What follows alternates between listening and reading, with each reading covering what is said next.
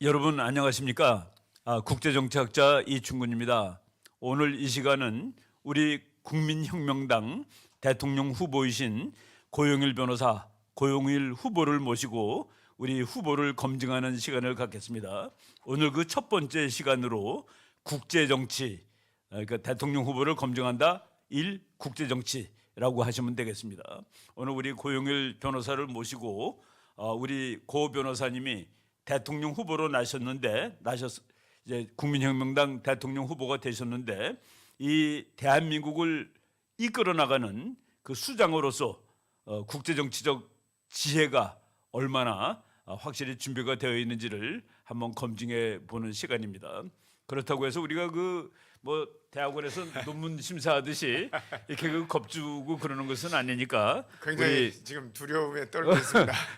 두려움에 떨지 마시고 그냥 평소에 아시는 거를 이 말씀드리면 되겠습니다. 제가 이미 우리 고 변호사님이 국제정치에 대해서 얼마나 공부 많이 하시고 있다는 걸 잘 알기 때문에 여러분들이 정말 이 사람은 이 나라를 끌어가는 총사령관의 자질을 가지고 있구나라는 것을 보여드리고 싶은 그런 생각도 사실은 있습니다. 먼저 최근에 말이죠. 우리나라 국제정치학자 오래 하시고 국무총리를 하셨던 노재봉 총리께서 어느 신문 이제 인터뷰를 했는데 대한민국은 국제정치가 80%야. 라고 얘기를 하셨더라고요. 저는 거기 동의하는 편인데 대한민국에서는 국제정치가 제일 중요하다라는 그 말씀에 대해서 한번 코멘트를 한번 해보십시오. 대한민국의 역사를 보더라도 우리가 대한민국 건국 과정에서도 마찬가지고 우리가 나라를 잃을 때도 마찬가지고 대한민국 스스로가 대한민국의 운명을 결정하지 못했습니다.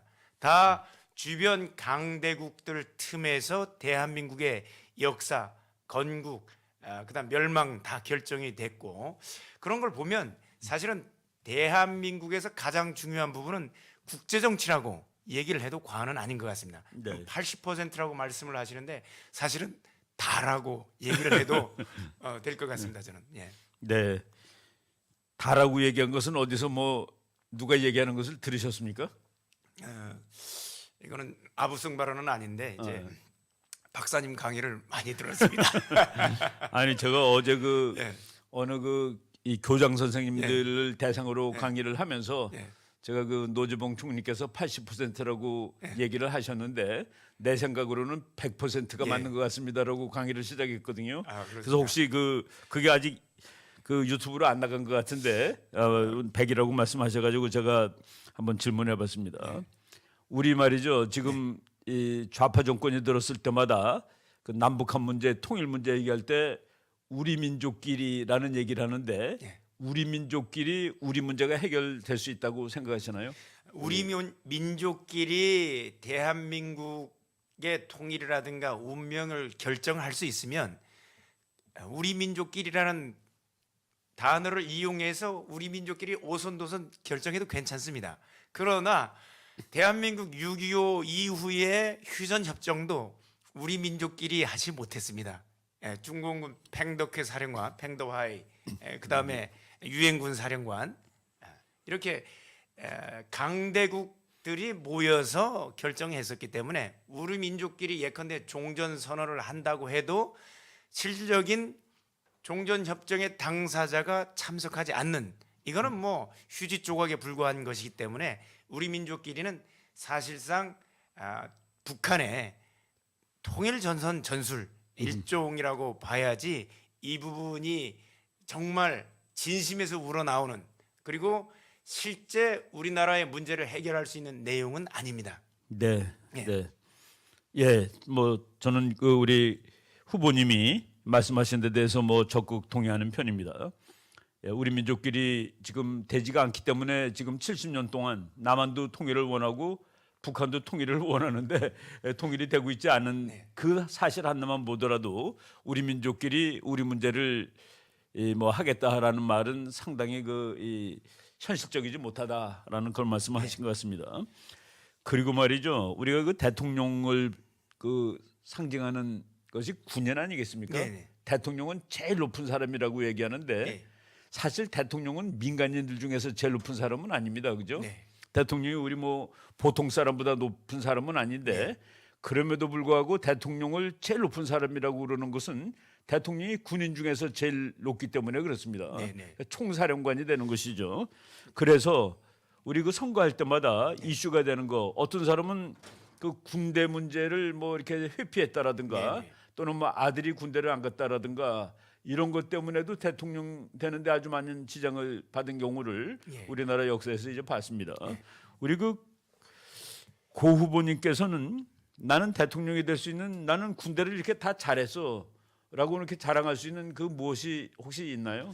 예. 많은 사람들이 뭐 군대 문제 때문에 쩔쩔매시는데 네. 우리 고 후보님 한번 자랑할 부분이 있으시면 한번 해보시는 게 어떻겠습니까? 예, 저는 이제 뭐 대학을 두 군데 나왔는데요. 처음에 졸업한 대학은 한국해양대학 항해과를 졸업했습니다. 한국해양대학 같은 경우는 4년 동안 제복을 입고 기숙사 생활을 하면서 사관학교와 동일한 생활을 하게 됩니다.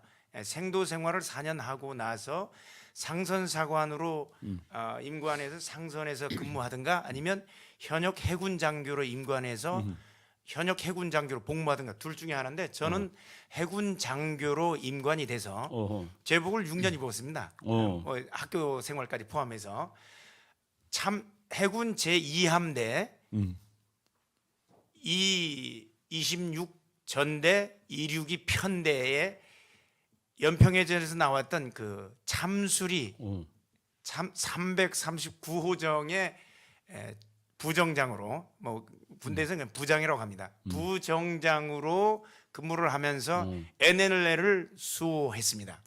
네, 한 번은 뭐 NNL을 넘어서 이제 고기잡이를 하면서 북한 해역으로 넘어간 어선까지 우리가 생명을 다해서 북한 함정과 대치하면서 이 어선을 구출한 적도 있었고 부끄럼 없이 군 생활을 저는 했다고 자부하고 있습니다. 아. 네. 이함대 계셨군요. 네네. 제가 해군 쪽으로 이제 관련이 많아가지고 이함대를 한번 방문한 적이 있었는데 그렇습니까? 그 이함대 사령관이 그렇게 말하시더라고. 그 출동 나가는 네. 그 모든 그 선원 그리고 우리 그 해군 네. 뭐 병사도 있고 장교도 있겠는데 그들한테 살아서 돌아오라라고 얘기를 하신다면요. 네. 이 함대가 그 NLL 그렇죠. 그 지켜야 되는 해역이 가장 넓습니다.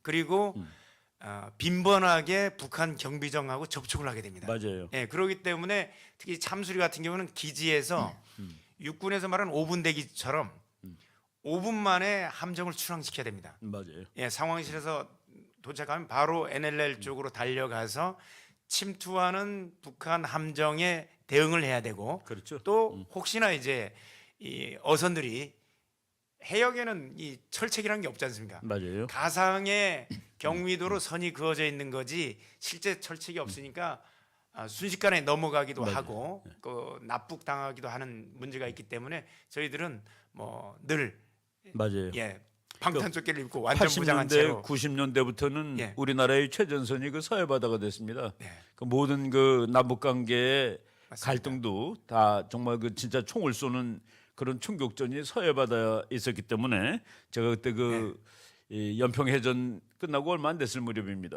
그래서 그 사령관이 그렇게 말씀하시는 거가 정말로 그건 타당한 얘기다, 올바른 얘기다라고 이제 생각을 했었죠. 사실은 제가 사법시험 2차 시험을 준비할 때 아하. 대청해전이 먼저 아하. 벌어졌습니다. 그때 저는 바로 이제 예비군 군복을 꺼내 입고 이번 2차 시험은 못 치겠구나. 예, 국가가 부르면 가야 된다. 네. 예, 준비를 하고 있었습니다. 네. 그러면은 우리 고용일 후보는 해군 장교 계급 예비역으로 계급이 예, 중위로 제대했습니다. 중위. 뭐 멋있는 계급입니다. 그리고 박사님은 뭐 대위로 전역하셨는데 저는 한 급발 낮은 아니, 중위로 저는 전역을 뭐- 했습니다. 저는 그 사관학교 교수를 했기 때문에 대학원 졸업하고 소위를 안 거치고 중위가 됐습니다. 임관할 때부터 이제 그러니까 이제 왜 그러냐면은 소위를 거쳐야 되는데 사관 생도가 바로 소위 바로 미치다 보니까 그래서 그 뭐 무슨 이유가 교관의 있었던 것 지위를 같아요. 이렇게 높여주려고 하면 이제 뭐이 교관들이라든가 아니면 그다음에 군의관, 그렇죠. 그다음 군법무관 같은 맞아요. 경우에 임관을 중2 이상으로 예, 하는 그래서 그 경우가 사관학교 있습니다. 교수가 되다 보니까 그 소위를 건너뛰고 네. 해줬던 것 같습니다. 그래서 저는 뭐 이 민간인이지만은 그 대위까지 했는데 하여간 뭐 그것도 자랑스러운 네. 경력이라고 생각이 됩니다. 네, 우리 그 장교 출신의 그리고 사실상 전투 경험이 있는 그 우리 이 후보라고 볼 수도 있을 것 같습니다. 여러분들이 그 고용일 후보가 군대가 뭐 이렇다 저렇다라고 그이 시비를 걸 수 있는 그런 요소는 전혀 없다는 그런 생각이 들었습니다. 하나 이제 그 이거는 뭐 그냥 퀴즈 비슷한 건데 이제 대통령이 되시면은 예. 뭐 나중에 대통령 언제 한번 되셔야 되는데 예. 대통령이 되시면은 그 사관학교 졸업식에 이렇게 예. 가실 겁니다. 예. 여러 행사가 겹칠 때도 나는 그 사관학교 졸업식에 대통령은 반드시 가야 된다고 보는데 여러분들이 혹시 지금 이제 한번 상상을 해보는 겁니다. 가정을 해보는 거예요. 대통령이 되셨는데 이제 뭐 육군사관학교 졸업식이 날이 왔습니다. 네. 가서 지금 육군사관학교 졸업식 축사를 하고 있는 중입니다. 네. 거기서 뭐라고 한번 그들에게 한 1, 2분 하고 싶은 말 한번 말씀드려 보십시오. 저는 그 뭐 이수진 장군이 얘기했던 말씀 있지 않습니까? 생즉 필사, 필사즉생. 이 내용이 사실은 성경에도 동일하게 있습니다. 그렇죠. 요한복음 죽으면 죽으리라. 12장 예. 24절 말씀.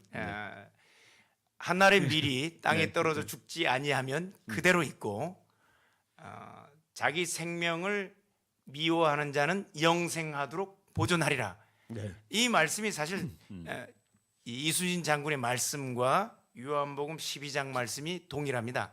이 내용을 사관 생도들에게 얘기를 해주고 있습니다. 제군들이 죽음을 각오하고 나라를 위해 헌신하면 영원히 역사에도 보존되고 또 제군들의 가족과 국민은 이 나라를 유지할 수 있다. 그게 제군들의 사명이다라고 저는 말씀을 드리고 싶습니다. 네. 예. 우리 그 뭐 군인 같은 군인다운 그런 말씀을 하셨습니다. 제가 그 참고로 저는 그 미국의 그 부시 대통령이 이제 사관학교 졸업식에서 한 말 중에 아주 그 참 감동스러운 말이 하나 있었는데 2008년인가 그럴 거예요. 한번 강의 중에 한번 하셨던 것 같습니다. 근데 예. 그 공군사관학교 갔는데 공사 이제 소위이 되는 그 생도들한테 오늘 제군들이 공군 소위가 된 것은 당신네들의 자랑입니다. 우리 열심히 정말 수고했기 때문에 오늘 소위가 되었다. 그리고 교수님들의 자랑입니다. 부모님들의 자랑입니다. 그리고 마지막으로 여러분들의 총사령관인 나의 자랑입니다라고 얘기를 하더라고요. 그래서 저 사람이 자기가 스스로 군인 중에 제일 높은 사람임을 스스로 알고 있구나라는 생각을 했는데 지금 여기 이 죽음을 각오하고 나라를 위해서 싸우겠다고 각오하면은 그 승리하고 살 수 있으리라는 그런 그 말씀 뭐 또 같은 내용의 말이라고 생각을 합니다. 네, 우리 그 고용일 후보가 이제 대한민국 대통령으로서 그 기본 자격 병역을 필했다. 그리고 장교로 근무했다. 그리고 이 군인들은 무엇을 하는지에 대해서 올바른 그 견해를 가지고 있고 식견을 가지고 있다는 것을 이제 보여줬다고 생각을 합니다. 이제 그 좀 떠나서 이제 군사력인 측면뿐만 아니라 이제 역시 대한민국은 그 외교와 안보에 신경을 써야 되는 나라인데 그러기 위해서 뭐 우리가 제일 중요한 것은 그 우리 주변 국가들하고 어떤 관계를 가지고 지내야 되느냐는 그런 문제일 겁니다.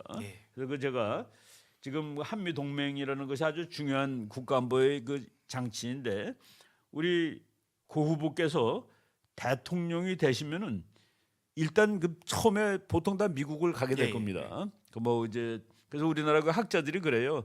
대통령이 된 다음에 미국 가는데 며칠 만에 갔다 가지고서 그분이 미국하고 뭐 관계가 좋다 나쁘다도 얘기하고 그러시는 그런 뭐 분석도 하고 그러는데 일단 그 이 당선이 되면은 미국 대통령하고 통화를 할 겁니다. 그때 뭐라고 얘기하실 거예요? 130년 전에 미국의 선교사들을 통해서 대한민국의 자유민주주의와 그리고 성경을 심었다. 그 결과로 대한민국은 2차 대전 후에 독립한 나라로서 민주주의와 선진국까지 이룩한 나라가 되었는데 이건 다 당신들이 심어놓은 씨앗이 자라나서 맺어놓은 열매다. 그러나 현재 진행되어 온 주사파 정권에 의해서 그 한미 동맹의 관계가 다 깨져버렸는데 이제는 이것을 완전히 회복하고 그 열매를 수확하도록 하겠다. 그 열매의 수확은 당신들이 국제 정치학적으로 당신들의 전략은 중국의 패권 도전을 받아들이지 않고 그걸 완전히 무너뜨리는 게 당신들의 전략인데 그 부분을 대한민국이 충분히 여기에서 감당할 수 있도록 최대한 협조하겠다. 이것을 위해서는 한미동맹이 더 강화되어야 하고 그동안 중단됐던 이제 한미 연합훈련이라든가 이런 부분들을 동시에 재개하고 또 최대한 그 우방으로서 우리가 책임져야 될 그 의무를 다 행하겠다. 그 정도 내용으로 통화를 하고 싶습니다. 네, 예. 지금 그 말씀하신 그런 내용으로 통화를 한다고 그러면은 미국이 대단히 좋아할 것 같은데 사실 한 2, 3일 전에 말이죠. 미국에서 뭐 관리들하고 학자들이 세미나가 있었는데 그 미국의 그 동아시아 그 담당 차관보가 지금 중국과의 싸움에 한국이 동참해 주길 바란다라고 아예 노골적으로 얘기를 했습니다. 중국과의 싸움은 보통 싸움이 아니고 그 사람이 그런 얘기까지 하더라고요. 물론 그 한미 동맹 관계가 북한에게 신경을 쓰는 것이 제일 중요한 부분임은 알고 있지만은 중국의 도전이 절대로 만만치 않기 때문에 한국은 미국과 함께 중국의 도전에 맞서야 한다라고 얘기를 했는데 지금 우리 고 후보님께서 말씀하신 거가 그거랑 같은 맥락의 얘기입니다. 그런데 그 한국 사람들이 아마 비판할지 모를 거예요. 당신은 왜 이렇게 미국이 하자는 걸 다 해주려고만 그러느냐? 받아내야 되는 거가 있지 않겠느냐? 무엇을 받아내겠느냐라고 혹시 뭐 비판을 하신다면은 어떻게 또 거기 대응을 하시겠습니까? 현재 이제 중국을 키워주고 경제 규모를 성장시켜준 나라가 사실은 미국입니다. 소련을 봉쇄하기 위해서 중국과 잠시 이제 일종의 커플링을 맺고 미국이 중국의 경제력을 성장시켜주고 중국의 물건을 전부 다 수입하는 구조로 해서 약 5천억 달러 정도 수입하고 있는데 이 내용은 세계의 공장을 만들어준 장본인들이 미국인데 우리가 당신들의 패권 전략, 중국의 패권 도전에 대해서 같이 당신들의 편에 섬으로 인해서 그걸 좌절시키게 되는데 그 열매도 우리가 서로 오고 가는 게 있어야 된다. 그 대신 중국이 세계 공장의 지위를 하는 거를 다시금 우리에게 돌려다오. 이렇게 해서 대한민국의 중국으로 갔던 기업들을 전부 다 유턴시켜서 미국에 이 수출하는 부분 중국의 지위 5천억 달러 정도 이거 우리가 가져올 수 있도록 해달라.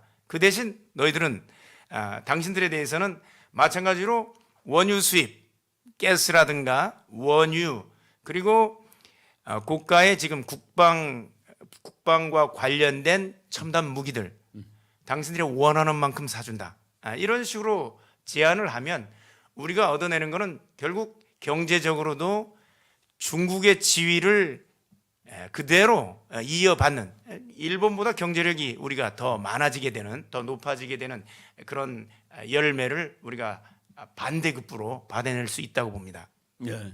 지금 그 우리 고 변호사님께서 우리가 미국의 그 중국 그 대중국 정책 지금 미국하고 중국이 패권 전쟁을 벌이고 있는데 거기에 우리가 그 앞장서서 도와줬을 때 그 경제적인 이득도 우리가 도모할 수 있다라는 식으로 예, 말씀하셨습니다. 저는 뭐 거기에 대해서 동의합니다. 또 한 가지는 이제 경제적인 부분이고 그다음에 우리나라 통일 문제가 있습니다.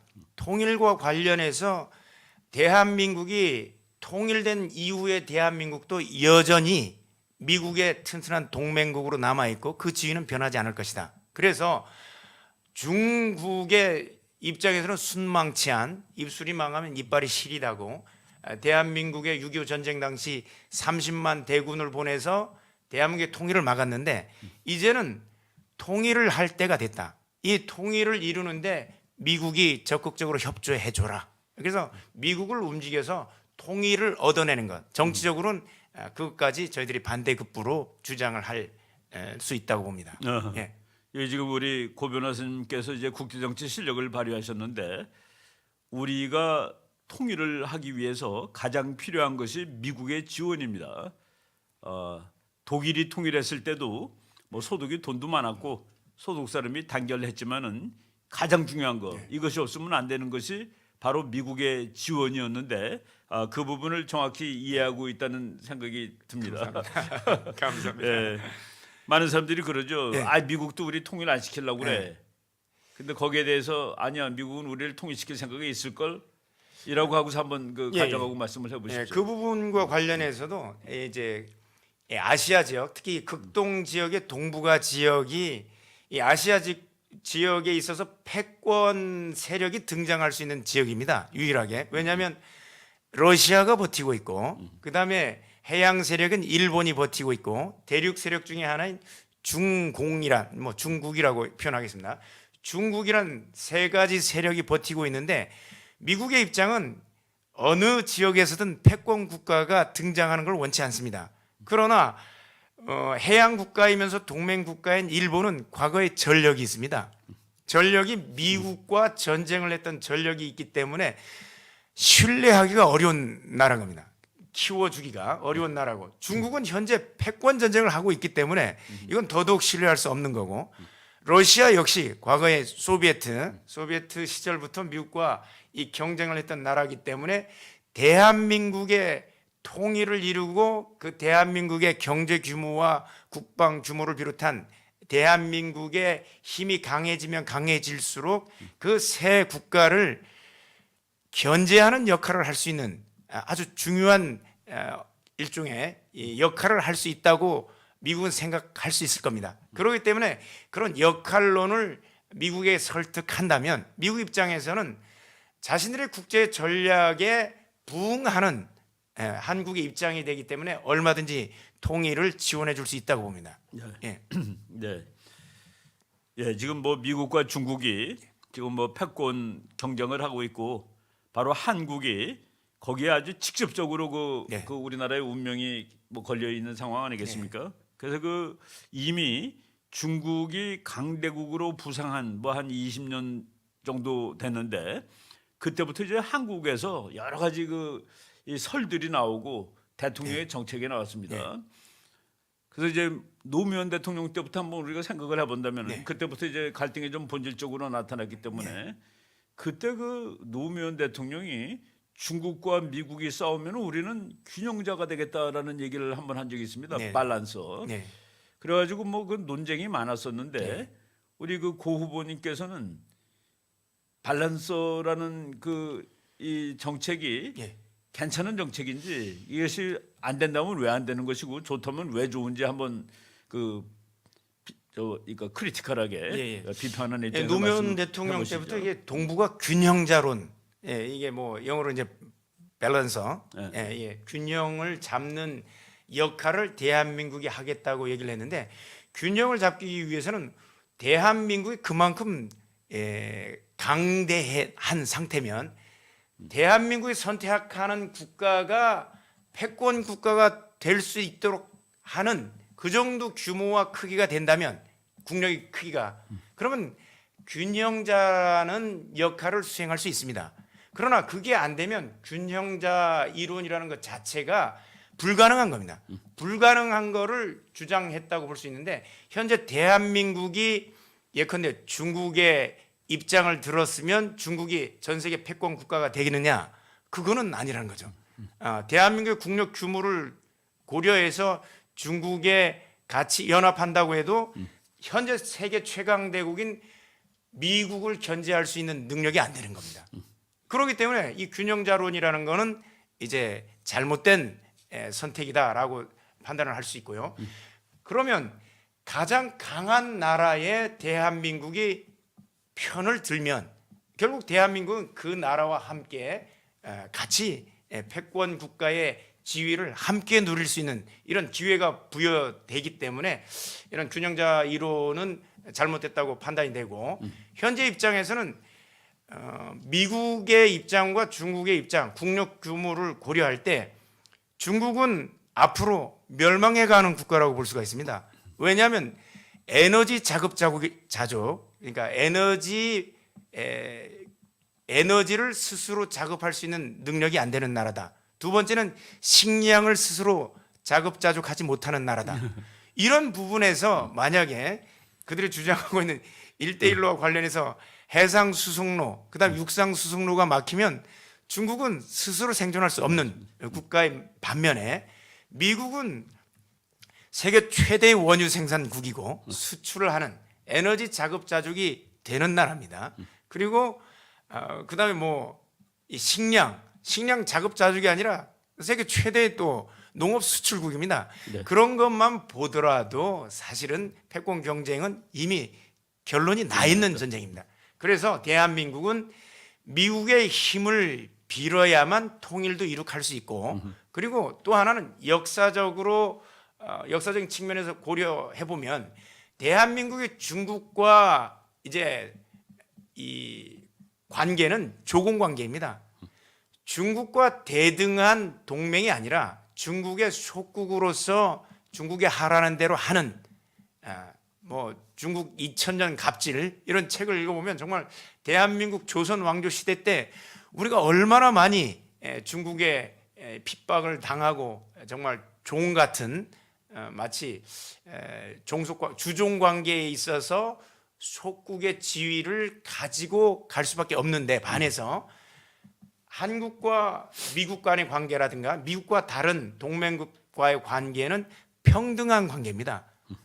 결국 우리가 평등한 지위를 누릴 것인가 아니면 속국의 지위를 누릴 것인가라고 판단했을 때도 미국에 속해 있는 미국과 동맹 관계를 유지하는 게 대한민국의 지위 입장에서도 훨씬 더 나은 선택이라고 저는 생각하고 있습니다. 네. 지금 말씀한 것 중에서 제가 그냥 뭐 질문 하나 더 드리겠습니다. 지금 미국과 한국의 관계는 대등한 관계, 평등한 관계로 갈 수 있는데 중국과 한국의 관계는 그렇지 못할 것 같다. 그렇게 보시는 그 미국과 중국에 대한 그 어떤 관점이 있나요? 예, 지금 현재 그 대한민국에 대한 중국의 요청이라든가 이런 부분들은 지난번에 싱하이밍 대사라든가 발언한 내용은 한국이 어떤 결정을 할 때 중국에 물어보고 해라 이런 거라든가 그리고 대한민국 대통령이 순방을 해서 중국에 방문했을 때 외교 사절단에 들어가 있는 기자를 폭행한다는 사건이라든가 이런 부분들은 대한민국의 국격 자체가 완전히 무시되고 주종 관계 내지는 종속 관계가 아니라면 행할 수 없는 짓들을 사실상 중국 정부가 해오고 있기 때문에 앞으로도 그렇게 될 것이고 과거에도 그렇게 했고 그리고 중국이 얘기하고 있는 중화 질서는 과거에 중국 황제가 했던 거에서 현재 공산당 정권만 바뀐 것뿐이지 그 역사는 되풀이된다는 것입니다. 그런 측면에서 대등한 관계가 될 수 없다라는 부분이고 한미 동맹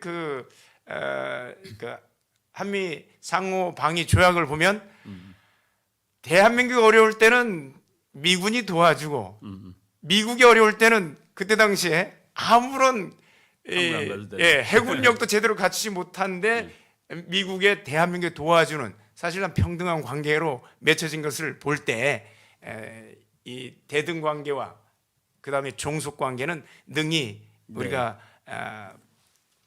생각해 볼 수 있다고 생각합니다. 지금 봅니다. 제가 이제 아무래도 학자다 보니까 질문하는 스타일이 이제 학술적으로 하는데 지금 그 정답을 말씀하셨어요. 그렇습니까? 그 뭐냐면은 중화 질서라고 말씀하셨는데 중국이라는 나라가 그게 이제 옳다 그르다는 아니에요.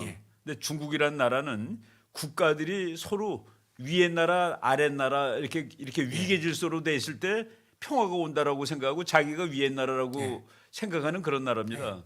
그러니까 미국은 아니야 국가들이 서로 평등하다고 생각했을 때 그때 평화가 오는 거야. 미국이 아무리 힘이 세도 미국은 다른 나라보다 위에 있는 나라가 아니지. 그게 이제 꼭 미국적 관점만 아니라 그게 이제 그 웨스트파리아 체제 이후에 유럽의 국제 정치 관점입니다. 그렇습니까? 근데 그 지금 중국 사람들은 지금 웨스트파리아 체제인데 국제 체제가 그럼에도 불구하고 옛날 생각을 못 버려요. 그러니까 우리를 자꾸 밑에 있는 나라로 치는 거라.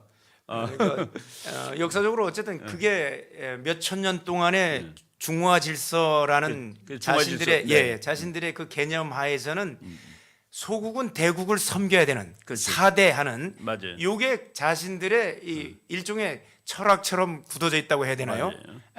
철학처럼 굳어져 있고 그게 중화 질서라고 본인들은 생각을 하는 겁니다. 맞아요. 거기에 들어오면 평화를 누리고 굴종적인 평화를 누리고 그렇죠. 그렇지 않으면 전쟁을 통해서든 무력을 통해서든 네. 점령을 해버리는 예. 이런 식이기 때문에 그게 이제 중화적 국제 질서하에 한국에 들어오면은 그러면은 조공 바치고 우리 말을 잘 들어 그러면 다 평화롭게 지낼 수 맞습니다. 있는 거야라는 그래서 그것이 지금 우리 대한민국이 이제 거의 100년 동안 그 서구식 국제 질서 독립국으로 살아왔는데 중국과는 그런 관계를 유지하기가 정말 어렵다라는 그래서 중국과는 좋은 관계 맺기 힘들다라는 말씀을 우리 고 후보님께서 정확히 이해하고 있는 것 같습니다. 그리고 또 한 가지는 시진핑과 트럼프 대통령이 작년인가 재작년에 이제 만났을 두 정상회담을 할 때 시진핑이 직접 얘기했죠. 대한민국은 중국의 속국이라고. 그렇죠. 그 뭐 말이 안 되는 이미 독립한 나라를 향해서 대한민국이 중국의 속국이라고 이미 이제 판단을 하고 지금까지도 그 정책 기조가 저는 바뀌지 않았다고 생각하고 있습니다. 예. 네. 그 균형자론에 우리가 그 힘이 약한 나라가 균형자할 수 없다라는 그 아주 원칙을 하나 말씀드렸고 하나는 그냥 제가 부연을 하겠습니다.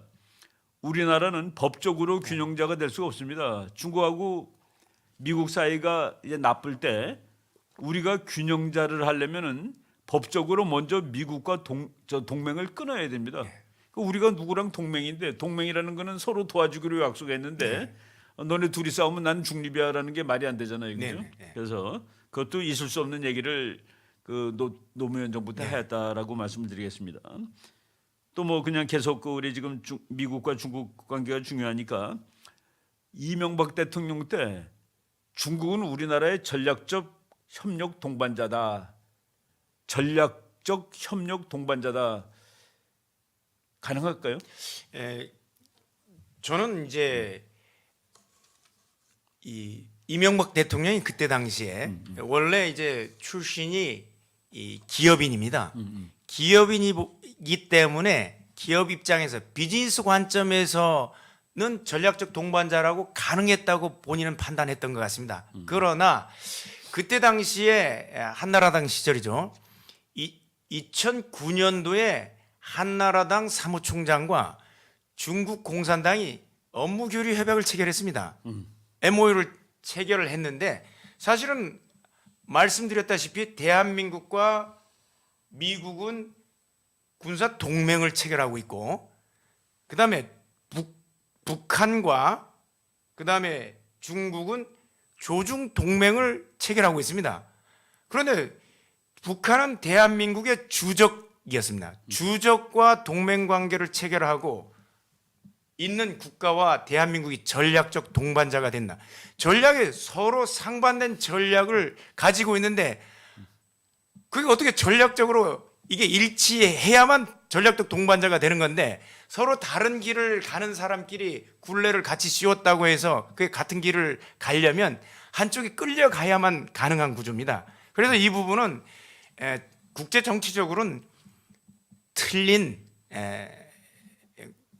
잘못된 정책이었다고 저는 생각하고 있습니다. 맞습니다. 예. 여기서도 지금 또 뭐 이거 교수 학생의 관계는 아니지만은 지금 또 정답에 해당되는 그 말씀을 하나 했습니다. 그러니까 우리나라의 대전략 나가는 방향하고 중국의 대전략 방향이 같이 나가지가 않습니다.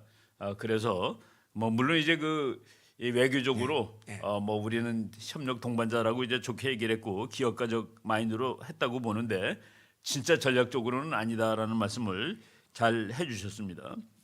나온 김에 대한민국 이제 대통령이라는 그 직책은 대전략 예. 목표를 세우고 예. 그 목표를 이제 수행해가는 사람입니다. 네, 네. 그러기 위해서는 수많은 그 외교적, 군사적, 경제적 네. 방법들이 있을 텐데 그 방법을 이야기하기 전에 예.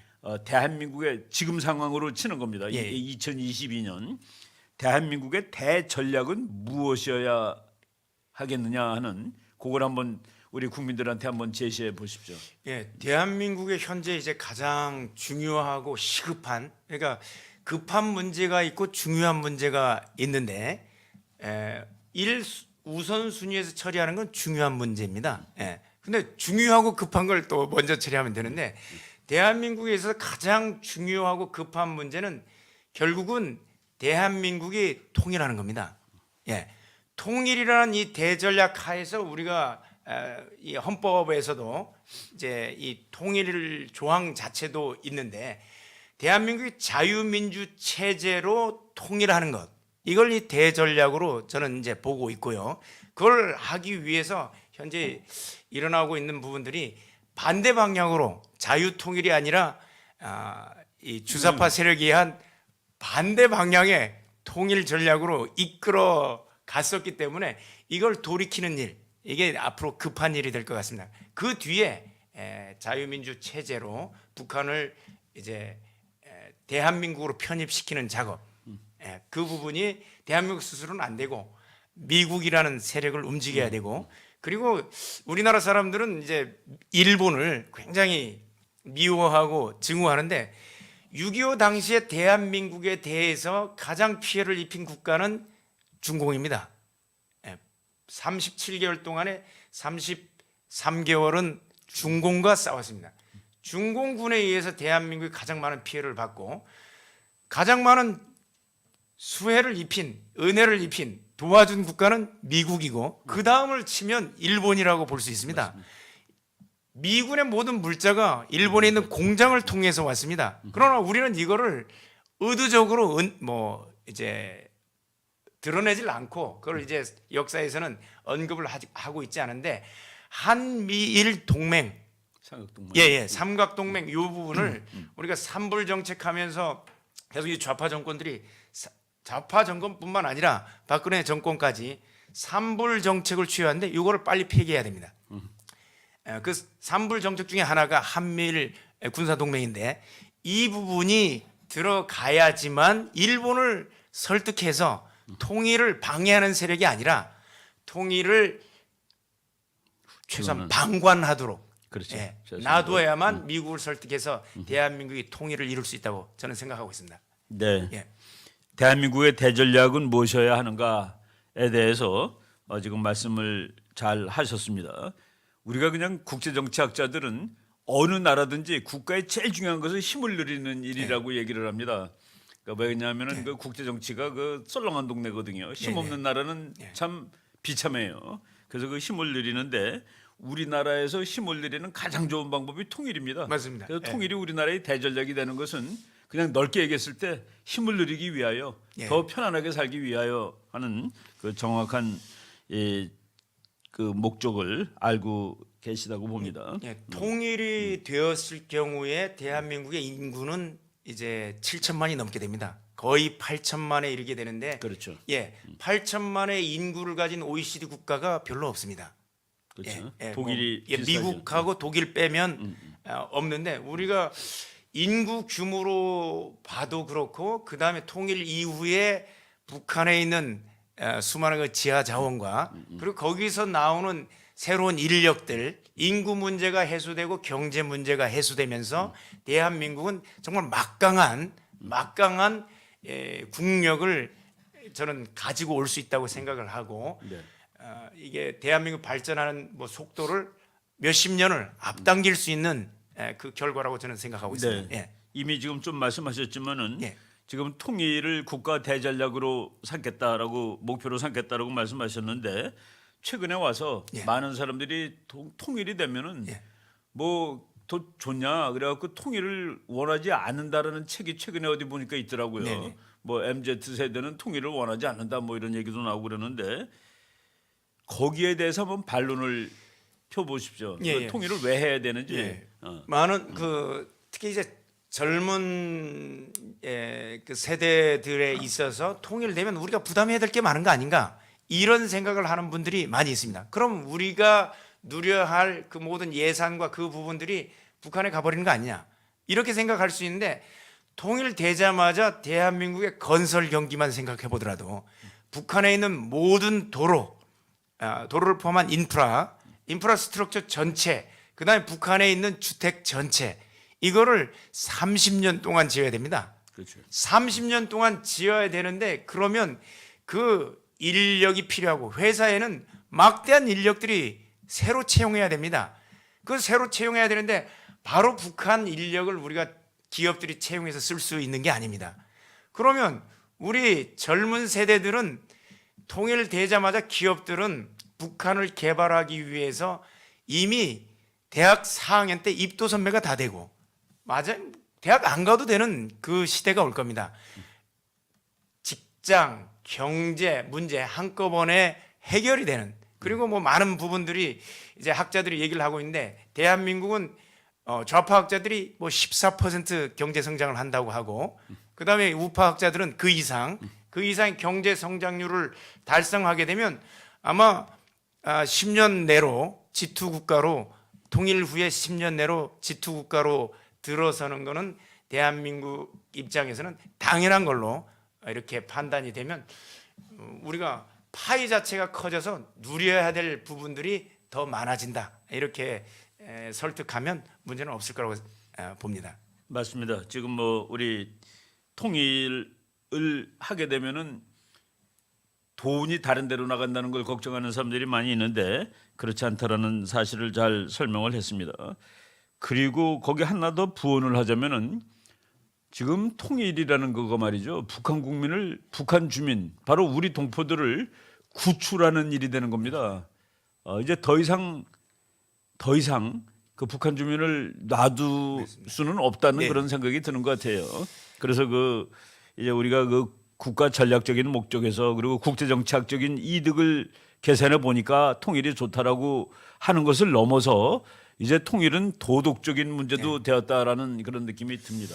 그게 참 걱정되는 것 중에 하나가 이 북한 군 사진을 보면 북한 군인들 사진 보면 너무 키가 작은 거예요. 그렇죠. 키가 작고 우리로 치면 청소년들 같이 앳된 얼굴들로 보이는데 못 먹으니까. 막상 이거 전투가 벌어지면 우리 국군이 막상 전투를 할 수 있을지 모르겠습니다. 불쌍해서 사실 뭐 이건 좀 여담이지만 그렇죠. 그렇게 이제 헐벗고 굶주리고 있는 상태에 그리고 자유를 아무것도 누리지 못하고 네. 김정은 체제에 순응한 종처럼 살아가는 그분들을 우리가 해방하는 게 대한민국의 사명 중에 하나라고 생각합니다. 그렇죠. 예. 그런 사명을 예. 가지기를 저는 국민으로서 원하겠습니다. 당연히 그거는 이제 해야 될 일이라고 최우선적으로 해야 될 일이라고 그렇죠. 봅니다. 저 그 한 몇 년 전에 학교에서 그 북한군 병사들 예. 총 들고 행진하는 사진을 보여줬는데 그 이화여대 학생들이 초등학생인 줄 알았다고 그러더라고요. 그 다 이미 군대 간 제대로 된 거의 20살 가까이 된 그 북한 청년들이었는데 그런 하여간 뭐 그래서 우리가 그 통일은 국가 대전략이기도 하지만은 우리 민족의 우리 국민의 그 책임, 북한을 해방시켜야 한다는 그런 책임 사명도 가졌으면 좋겠다라는 말씀을 드리겠습니다. 아까 그 말씀하면서 일본 얘기가 나왔는데 최근에 말이죠. 제가 우리나라 사람들은 그 일본에 대해서 조금 그 정확한 지식을 안 가지고 있는 것 같다는 느낌이 들었는데 지금 중국과 미국이 다투고 있는 상황에서 우리 그 문재인 정부 요 몇 년 동안 한국의 입장이 애매모호했습니다. 말로는 뭐 매일 그 미국하고 동맹이 중요하다 그러면서 중국과 다투는 데는 한 번도 도와주질 않다 보니까 그 공백을 일본이 파고들었다라는 생각이 많이 들거든요. 그래서 그 뭐 내가 이제 한 몇 마디 언급을 할 테니까 그 언급에 대해서 한번 이 입장을 말씀하시고 어떻게 우리가 그 대책을 세워야 되겠다는 말씀을 좀 해주시기를 원하는데 지난 8월달에 일본의 그 아소 다로라는 사람이 그 옛날에 수상도 한번 했던 사람입니다. 지금도 그 부수상이가 그럴 거예요. 이 사람이 대만에서 전쟁이 발발하면은 일본군은 참전하겠다라는 그 놀라운 얘기를 했습니다. 그리고 두 번째는 그 이 지난번 일본 총리 아베 아베 총리가 뭐라고 얘기를 했냐면 이거는 총리가 된 이제 끝난 후에 그 대만에 있는 어떤 연구소하고 화상 뭐 세미나에서 한 얘기인데 대만에서 분쟁이 발생하는 것은 미일 안전보장 조약이 작동하는 근거가 된다라고 얘기를 했고 그리고 지난 11월 달에 그 현직 총리 기시다 총리가 일본은 국가 방위를 위해서 선제 공격도 고려할 수 있다라고 얘기를 했습니다. 그리고 지금 군사력을 뭐 대폭 증강시키는 그런 조치를 취하고 있고 그리고 이 국방비도 지금 팍팍 늘리고 있습니다. 이런 것들을 지금 저는 우리가 잘못했기 때문에 일본이 치고 나오는 그런 상황이라고 보는데 여기에서 우리가 어떻게 그 대책을 세우고 어떻게 그 대응을 해야 되는지에 대해서 한번 말씀을 해주시죠. 예.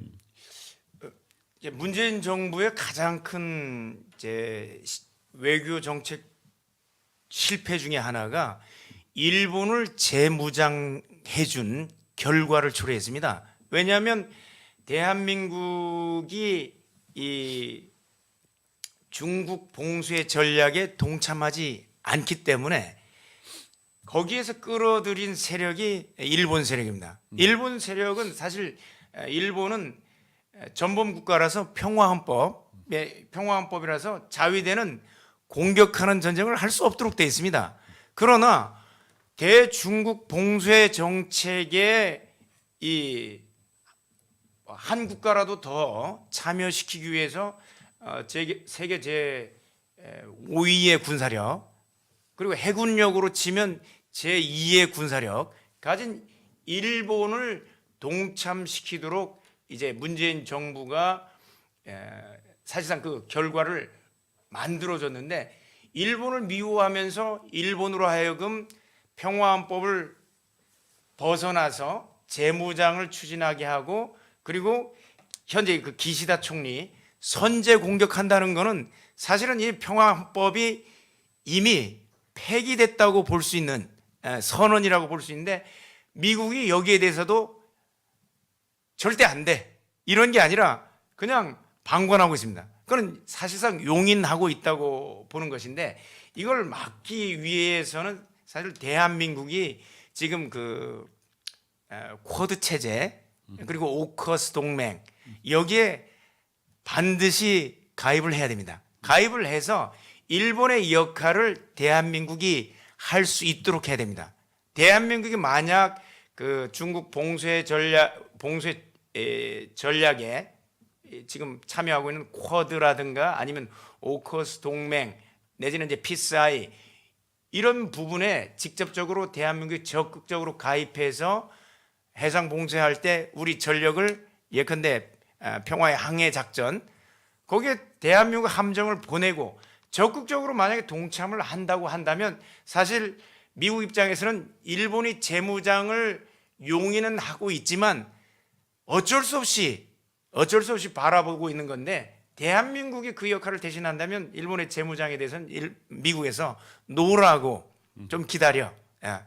니네는 평화헌법을 가지고 있고 자위대는 최전방에 있는 방파제 역할을 하는 대한민국이 무너진 이후에 이선에 물러나서 거기에 대한 대책만 세우라고 미국은 요청을 할 수 있을 거라고 보고 또 한 가지는 아까 우리가 삼불 정책의 하나인 한미일 군사동맹 이 부분을 저희들이 활용해서 저희들이 일선에 선다. 방파제 역할은 우리가 한다. 최전방은 대한민국이 맡는다고 한다면 일본은 하고 싶어도 못하는 구조로 재정적 지원과 그리고 군수 물자 지원하는 정도 역할로 그치게 될 거라고 저는 생각하고 있습니다. 예, 지금 뭐 전략적으로 올바른 말씀을 하셨는데 이제 국민들 중에서 일부가 왜 우리가 미국이 싸우는데 최전방을 우리가 담당하냐라고 시비 걸 겁니다. 어떻게 설득하겠습니까?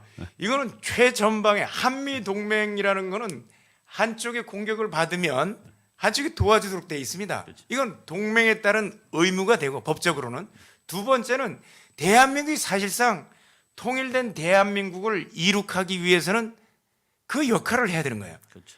미국에게 줄 수 있는 떡이 있어야 됩니다. 떡이 있어야지 그다음 기브 앤 테이크니까 우리가 테이크 할 수 있는 권리를 확보할 수 있기 때문에 또 최전방에 서야 되는 거고, 그리고 두 번째는 통일된 이후에 대한민국이 국경은 중국과 맞닿아 있고 러시아와 맞닿아 있습니다. 실질적으로 지정학적으로도 대한민국이 최전방에 서 있습니다. 예. 미국이 원하는 역할을 우리가 해주고 네. 우리가 원하는 것을 미국으로부터 받아낼 수 있다. 네. 예, 그것이 통일이다. 맞습니다. 아주 뭐 명쾌한 그 해석을 하셨습니다. 내가 그렇지 않아도 질문하려고 그러는데 그 얘기가 먼저 나와 버렸는데, 쿼드, 지금 쿼드라는 것이 미국, 일본, 인도, 호주 네 나라가 동맹을 참석하고 있고, 미국 측에서 노골적으로 한국도 들어오라라고 지금 뭐 아주 그냥 진짜 그러니까 애매하게 말하는 게 아니라 한국도 여기 들어와라고 그 제이크 설리반 네. 그 미국 국가안보 대변인, 보좌관이 직접 우리나라 국가안보 보좌관한테 얘기를 한 겁니다. 그런데 우리가 지금 제대로 안 들어가고 이렇게 미적미적하고 있는데 어떻게 해야 되는지에 대해서 다시 한번 왜 들어가야 되고 뭐 들어간다는 입장이니까 그 들어가면 무엇이 좋다라는 그 이점을 한번 말씀을 해서 국민을 한번 설득을 해 보십시오. 이 쿼드 체제는 사실 이제 일본 주도로 이렇게 만들어진 것처럼 돼 있는데, 이 내용은 일본이 사실은 그 중국 봉쇄 전략이라는 미국의 전략을 자신들의 전략으로 일종의 기회를 삼아서 사용한 겁니다.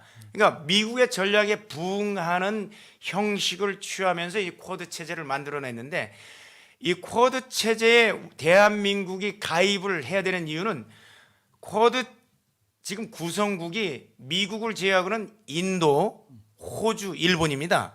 문제는 이 호주, 인도, 일본이 중국과 접경하고 있는 건 아닙니다. 물론 인도는 접경하고 있는데 이 호주나 일본 같은 경우는 육군 세력이 사실상 굉장히 열악한 육군 전력을 보유하고 있습니다. 그렇기 때문에 막상 분쟁이 벌어졌을 경우에 중국을 압박할 수 있는 수단은 오직 이 해군과 공군 전력, 뭐 정확하게 얘기하면 해군 전력밖에 없습니다. 그리고 인도의 육군 전력이 있지만 인도는 과거에 인도와 중공이 국경 분쟁을 했었을 때 중공한테 엄청나게 깨졌던 기억이 있고, 실제로 운용하고 있는 무기 체제가 대부분 러시아제 무기를 운용하고 있고, 미국이 요청한다고 해서 육군 전력을 실제로 투입할 수 있을지는 미정입니다. 왜냐하면 핵을 가지고 있습니다. 두 나라가. 맞아요. 중공과 인도가 핵을 가지고 있기 때문에 뭐 국제 전략적으로 핵을 가지고 있는 나라끼리는 절대 이 전쟁을 하지 않는다. 분쟁은 할 수 있겠지만 전쟁 규모까지 이르지 않기 때문에 무력 투사를 할 수 있는 국가는 대한민국뿐이다. 그렇기 때문에 미국에서 계속해서 대한민국을 여기 쿼드 체제에 끌어들이려고 하는 것 같다고 생각을 하고요. 또 한 가지는 저희들은 쿼드 체제에 대한민국이 쿼드 플러스 알파로 들어가는 게 아니라, 대한민국이 들어가면 당당하게 알파가 아니라 플러스 알파가 아니라 당당하게 가입국이 돼서 오각 체제, 펜타 체제로 우리를 구성원으로 받아들이라. 그렇게 했을 경우에는 우리가 봉쇄 전략뿐만 아니라 육군 전력과 해병 전력 얼마든지 투사할 수 있다라고 보여줄 필요가 있고요. 그리고 대만 전쟁 발발 시에 일본이 물론 이제 해상 봉쇄에 일본의 그 뭐 이즈모 항모라든가 이걸 투사할 수 있을 여지는 있겠지만, 해병 전력, 일본에서 말하는 그 해군 육전대 해병 전력이 보잘것없습니다. 대한민국의 해병 전력과 비교가 안 되기 때문에 미국을 설득하는 것은 설득이 아니라 뭐 요청하고 있지만, 해병 전력을 우리는 독도함과 마라도함을 통해서 여당급의 상륙을 할 수 있는 충분한 전력을 우리가 보유하고 할 수 있다. 대만 유사시에 대한민국은 해병 전력을 보내서 미국과 연대해서 양안 분쟁을 해결하는데 핵심적인 역할을 할 수 있다라고 한다고 하면, 결국은 이걸 통해서 아까 대한민국의 대전략인 통일을 미국에 당당히 요청할 수 있는 이런 우리 그 이득을 얻을 수 있고, 또 하나는 이제 오커스 동맹이 호주, 영국, 그 다음에 미국이지 않습니까? 오커스 동맹에서 처음으로 미국이 다른 나라의 핵 잠수함을 허용을 했습니다.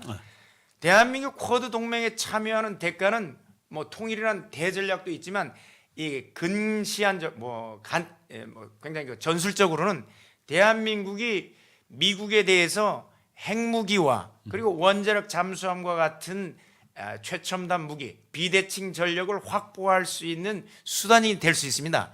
왜 호주는 되고 대한민국은 안 되냐? 호주가 하는 역할보다 대한민국이 하는 역할이 훨씬 더 중요하고 위험한 역할인데, 당연히 중국의 원잠을 견제하기 위해서는 대한민국의 원잠이 필요하다. 그리고 원자력 추진 항모까지 필요하다라고 이 전술적으로도 우리가 아주 좋은 유익을 미국의 반대급부로 청구할 수 있다고 봅니다.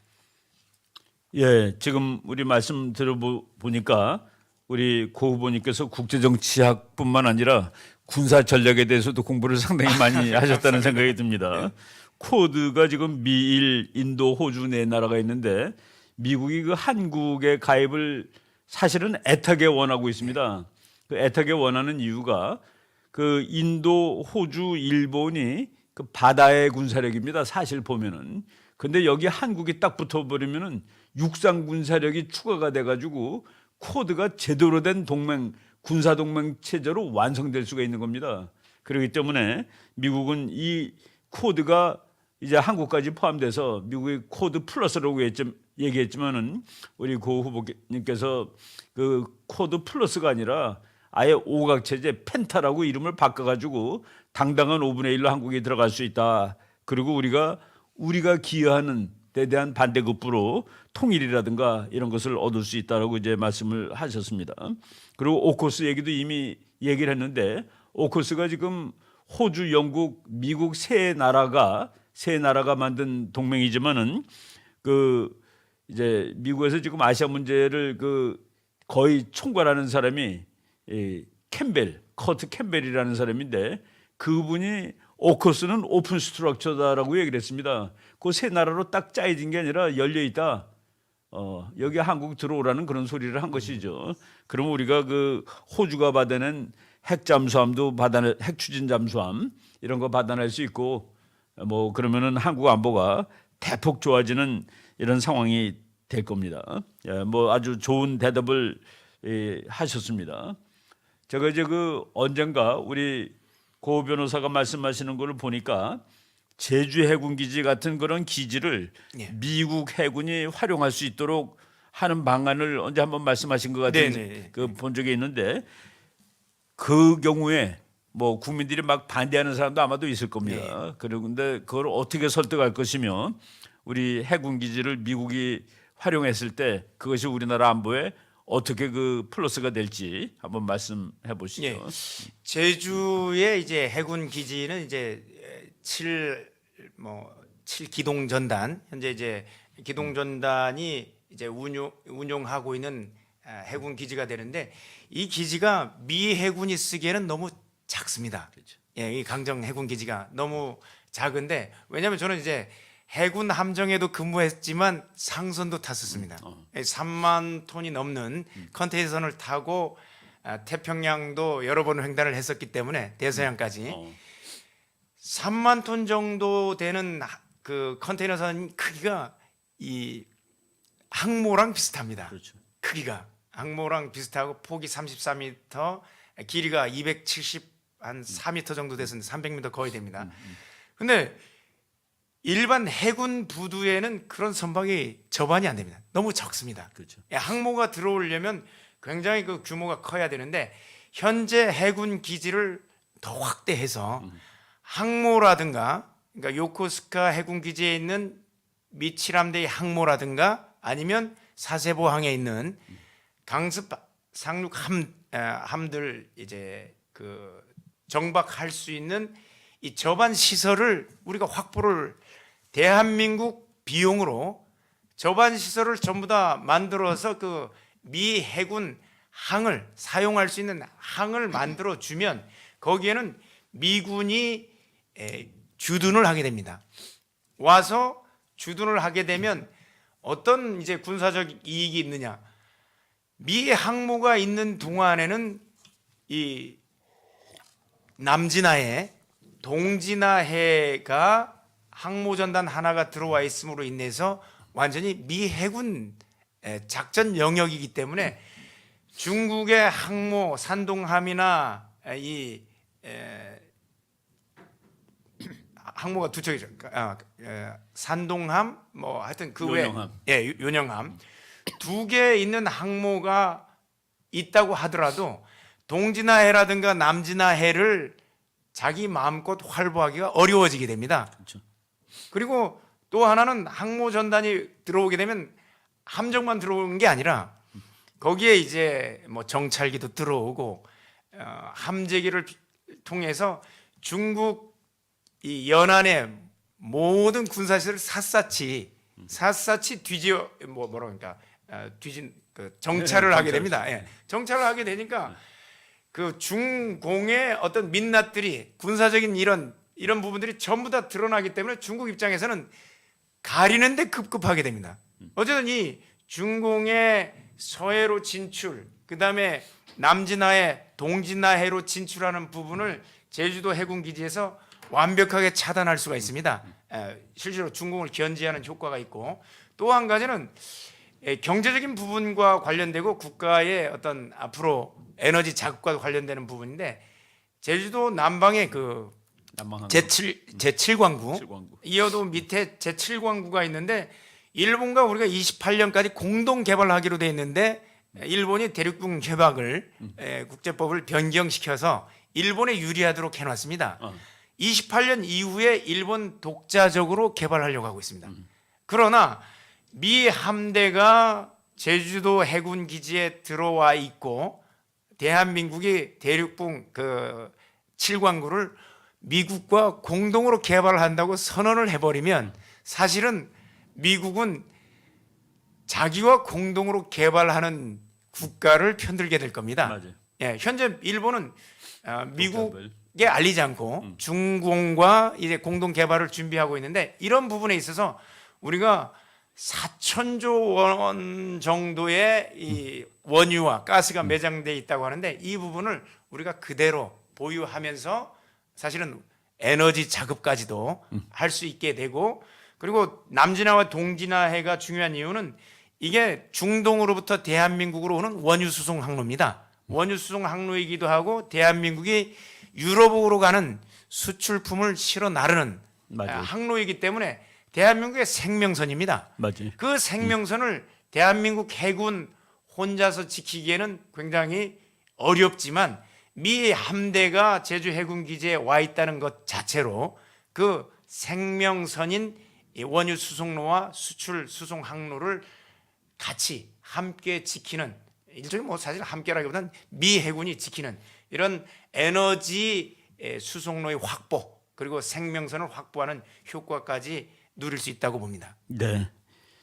미국에게 좋은 해군 기지를 우리가 빌려줌으로써 미국의 전략적 이익을 이제 주고 그리고 우리는 생명선을 보호한다. 아주 우리가 미치지 않는 장사라고 말씀드릴 수 있습니다. 수많은 그동안에 말이죠. 우리나라 안보가 잘못되어 있습니다. 예를 들어서 미군 기지가 들었으면은 그것이 표적이 된다. 예를 중국에 뭐 미군 기지가 들었으면은 거기서 전쟁 난다 그러는데 그게 이제 군사 전략의 역설을 몰라서 그렇습니다. 미군 기지가 들어서는 곳이 가장 안전한 곳입니다. 거기는 감히 누가 공격할 나라가 없어요. 제주도에 미국 해군 기지가 들어왔다. 평택에 미군 부대가 들어왔다 그러면은 저는 뭐 그냥 농담 반 진담 반으로 전쟁 나면 빨리 평택으로 가야 돼. 거기가 제일 안전하니까. 라고 얘기할 정도로 우리가 그동안에 국가 안보에 대한 많은 잘못된 견해들이 이제 팽배했습니다. 오늘 우리 고용일 후보께서 정말 이 군사 전략, 국제 정치에 현실적이고 합리적인 그런 말씀을 쭉 해줬습니다. 이제 시간이 많이 지났는데 제가 그냥 이것도 조금 좀 우스갯소리 겸 해가지고 우리 대통령으로서 이제 앞으로 그 국가안보 정책을 어떻게 할 거냐는 그 질문인데 이제 그런 말이 있었어요. 우리 이 김대중 대통령 그리고 김영삼 대통령이 연달아서 대통령이 당선됐는데 그때 그 해군들이 다 섬 사람들이 당선돼서 앞으로 우리 해군한테 좀 유리하겠다라는 생각을 했습니다. 한국이 도대체 그 육군만 강조하고 해군 공군이 좀 찬밥이다 그랬는데 우리 고영일 후보님은 해군하고 상당히 이 해군 쪽인 것 같아요, 그죠? 예, 그런데 그렇지만은 뭐 내가 대통령이 됐으니까 나는 해군을 중심으로 길르겠다는 아니실 것 같은데 하여간 뭐 그런 데 대해서 혹시 그 우려하는 분들이 있을지 모르는데 한번 나는 어떤 그 군사 정책을 쓰겠다라는 것을 뭐 결론처럼 한번 말씀해 주십시오. 일단 뭐 그 현재 대한민국 국군이 육군에 편중돼 있는 것은 사실입니다. 그런데 지금 그 최근에 그 해병 항공단도 다시 재창설이 됐는데 대한민국에 있어서 국군, 육군의 역할은 대부분 방어하는 역할에 치중돼 있습니다. 그러나 해병 전력과 이 해군 전력, 이 공군 전력 같은 경우는 공격하는 전력입니다. 사실은 공격이 최선의 방어입니다. 그래서 대한민국이 확보해야 될 이제 만약에 앞으로 국방 전력을 좀 짜간다고 한다면 지금 서해안 지역에는 김포에 해병 사단이 주둔하고 있습니다. 그 사단 주둔하고 있는 것 때문에 북한의 핵심 전력이 평양 주변에 상륙할지 모른다는 이 위협 때문에 핵심 전력이 휴전선에 있는 게 아니라 평양을 둘러싸고 있습니다. 마찬가지로 동해안에는 사실 해병 전력이 지금 주둔하고 있지 않습니다. 단순히 포항에 있는데 멉니다. 동해안 이제 그 동부 전선 쪽에도 해병 사단 하나를 최소한 창설을 해야 된다고 저는 생각하고 육군의 이제 사단 하나를 개편해서 해병 사단 하나를 더 두고 바로 동해안을 통해서 이 원산 이북 지역 왜냐하면 유사시 북한 유사시 상황이 발생했을 때 두만강을 접경 이후에 있는 러시아군이 들어오는 것을 막을 수 있는 이게 제대로 준비가 안 돼 있는 것 같습니다. 그래서 얼마든지 해병 세력을 투사할 수 있는 그 준비를 해야 될 것 같고요. 그래서 해병 사단을 좀 확충하고 또 현재까지 대한민국의 상륙 작전의 기본 개념은 함정을 통한 상륙 작전입니다. 그러나 현대 상륙 작전에 이제 굉장히 변모했는데 강습 상륙입니다. 초수평선에서 함정을 상륙시키는 것도 있지만 항공 전력을 이용해서 굉장히 이제 그 기동력을 강화시켜서 이 해병 전력 내지는 육군 전략을 투사시키는 이게 필요한데 그래서 해병 항공단과 육군 항공단 이 전력을 확충시켜서 유사시에 두만강 지역, 압록강 지역의 북한 접경 지역의 국군을 투사시킬 수 있는 그 능력을 확보하는 그게 이제 항공 전력 확보인데 그런 부분들을 상당 부분 확충을 하게 되면 대한민국 군대가 굉장히 이제 그렇죠. 안정적으로 가게 되고 또 해군 부분은 아직 말씀을 안 드렸는데 해군 부분에 있어서는 지금 뭐 나오고 있는 현재도 추진하고 있는 부분들이 있어서 굳이 말씀을 안 드려도 대한민국 충분히 준비할 수 있다고 저는 생각하고 있습니다. 예, 지금 우리 고영일 후보께서 이 대전력의 차원서부터 정말 이 작전의 차원, 오퍼레이션 차원까지 상당히 구체적으로 많은 것을 알고 있다라는 것을 여러 국민들이 다 이렇게 듣고서 이해를 하셨을 겁니다. 이 작은 작전 차원에서부터 국가 대전략 차원까지 상당히 그 준비를 많이 했다. 국제 정치, 국가 안보 이쪽으로 공부를 많이 했다라는 것을 오늘 많이 이제 보여주셨습니다. 우리가 그 해병대하고 해군이 이게 우리 군대가 말이죠. 우리 육군 돈을 뺏어서 해군을 갖자 그게 아니라 전체적인 파이를 키우는 겁니다. 대한민국이 이제 세계 10위의 경제력을 가지고 있는 나라이기 때문에 거기에 걸맞는 군사력을 갖춰야 되는 것이죠. 지킬 것이 많아진 나라입니다. 그 지킬 것이 많아졌기 때문에 국방비가 늘어야 되고 근데 지금 우리 고 후보님께서 해병대의 기능인데 우리 그 연평도에 일개 여단위가 있잖아요. 그죠? 네네. 일개 여단위가 있는데 그 일개 여단이 거기 있음으로써 북한에 있는 황해도에 한 개 군단이 움직이질 못합니다. 맞습니다. 예. 이게 뭐 어떻게 움직일지를 모르니까 그런 식으로 우리가 그 군사 전략 차원의 그 이해를 하고 거기에 걸맞는 이제 군사력을 이제 길러야 되는데 오늘 뭐 이 고영일 후보께서 좋은 말씀을 많이 해주셨다고 생각이 됩니다. 시간이 이제 많이 지체됐기 때문에 마지막으로 예.